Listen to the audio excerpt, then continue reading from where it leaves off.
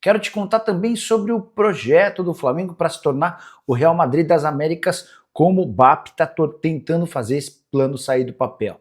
Para completar, tem as últimas do mercado, bastidores, finanças e muito mais. Fala aí pessoal, eu sou Jorge Nicola, bem-vindos a mais um vídeo do canal, sempre bom ter vocês por aqui, sem perder tempo, pedir para deixar like, se inscrever no canal e ativar as notificações. Como o Flamengo pretende se transformar no Real Madrid das Américas?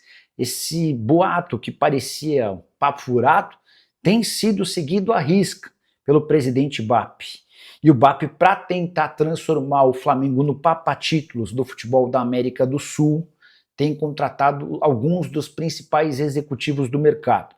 No rol de reforços fora do campo, o BAP já trouxe recentemente gente da Globo, da CBF, da Conmebol, do COB, do Google, da Petrobras, do governo do Rio e até do Palmeiras. Bora elencar alguns desses executivos e novos diretores. O Marcos Mota, por exemplo, advogado que é referência no futebol brasileiro e já atuou em diversos casos importantes, defendendo atletas até na Corte Arbitral do Esporte, está tocando a parte administrativa. Flávia De Justo, que foi diretora da Petrobras e da Oi, assumiu a diretoria de comunicação. Marcelo Campos Pinto, que foi durante muito tempo o cabeça da Globo nas negociações com os clubes, passou a ser o executivo que representa o Flamengo nas negociações com a Libra.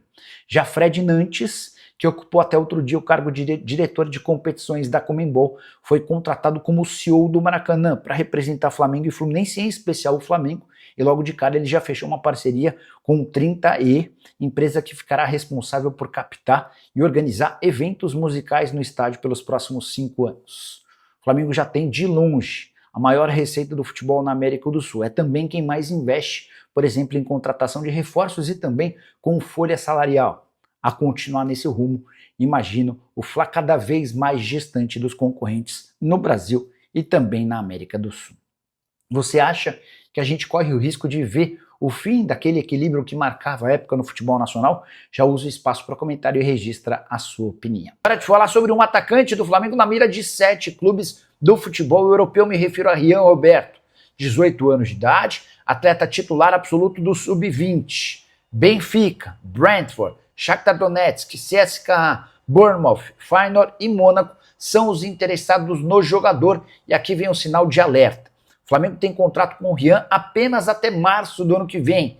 Isso significa que a partir de setembro ele já pode assinar um pré-contrato para sair de graça do rubro-negro. Até por isso, na próxima semana o Fla marcou uma reunião em caráter de emergência com os representantes do jogador. Tudo para que esse contrato possa ser prorrogado com um belo reajuste salarial, garantindo que o Flamengo não perca o atleta de graça. Multa rescisória de 50 milhões de euros passa a ter efeito zero a partir de setembro, quando ele pode assinar esse pré-contrato com qualquer outro interessado. Só para completar, explicar um pouquinho sobre quem é o Rian Roberto, jogador que surge na minha Portuguesa, vai para o Atlético Paranaense e é negociado ainda na base com o Flamengo. 50% dos direitos econômicos, inclusive, seguem vinculados ao Furacão. Temporada atual de 12 jogos, 6 gols e 2 assistências pelo Sub-20, mesmo com 18 anos de idade. Também atuou em 2 partidas do time profissional no início da temporada no Campeonato Carioca. Saideira sobre o Fla, Eric Pulgar pegou 4 jogos de suspensão pela expulsão contra o Bragantino, já cumpriu uma e fica fora dos próximos 3 jogos contra Galo, Bahia e Vitória. Vamos para as informações, galera. É o seguinte, o Flamengo anunciou a contratação do zagueiro o Everson para o Sub-20. Ele é ex-jogador do Cuiabá e chega ao Flamengo sem custo, porque ele não renovou o contrato com o Cuiabá, já está treinando com o Sub-20. Pela idade, ele pode jogar pelo Sub-20 até 2028 e assinou o vínculo com o Flamengo válido até dezembro de 2029. Como eu não conheço o jogador, entrei em contato com pessoas do Cuiabá e eu tenho uma ótima relação com todos lá no Cuiabá. Vou ler exatamente o que a pessoa me disse. Espera aí, deixa eu pegar aqui na conversa do WhatsApp, tá? Antes de mais nada, dificuldade, a pessoa falou... Perguntei, esse atleta aqui é bom? Porque eu confesso que eu não conheço o jogador. O cara falou, se pôr a cabeça no lugar, é bom sim. Aí eu perguntei, como assim? Por quê? Aí ele falou, disciplina para manter peso, precisa melhorar nisso. E força mental para aguentar pressão.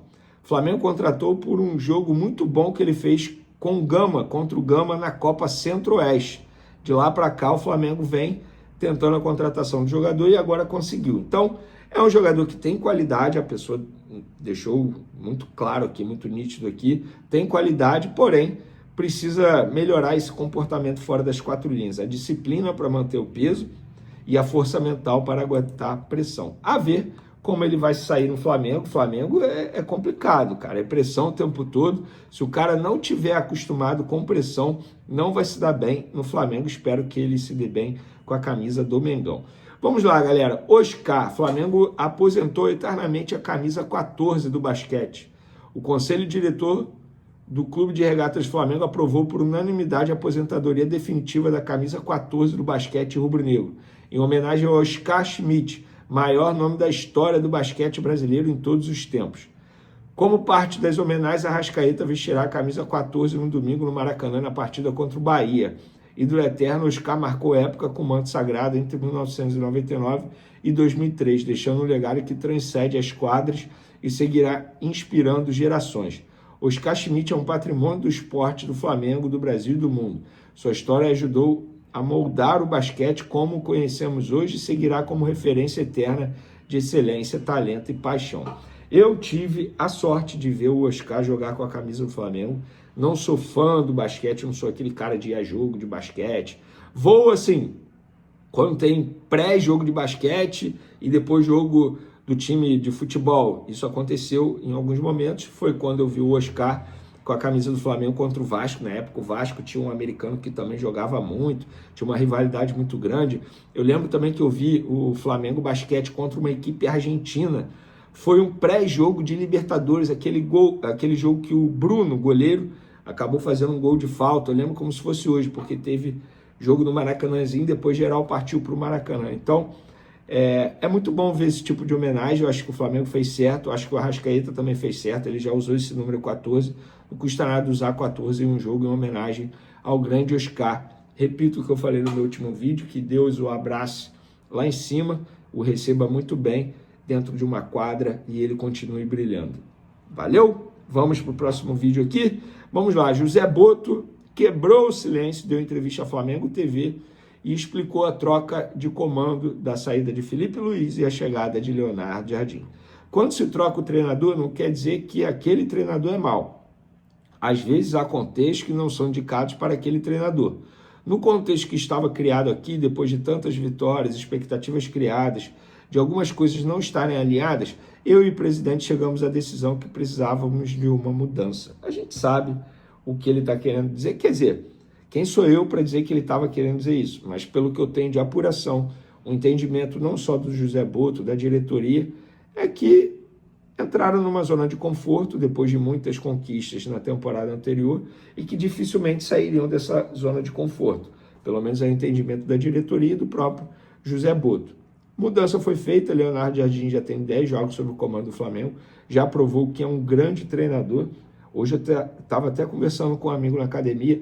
Eu sou muito fã do Leonardo Jardim há muito tempo. Isso quer dizer que eu acho o Leonardo Jardim melhor que o Felipe Luiz? Não, não tem nada a ver. São estilos de jogo totalmente diferentes, entendimento de futebol diferente. Tanto é que o estilo de jogo e a metodologia de Felipe Luiz deu certo. O Flamengo conquistou títulos importantes ano passado. Conquistaria esse ano? A gente não sabe. Quem sou eu para dizer que sim, que não? Mas se entenderam internamente que precisava mudar, a troca foi feita.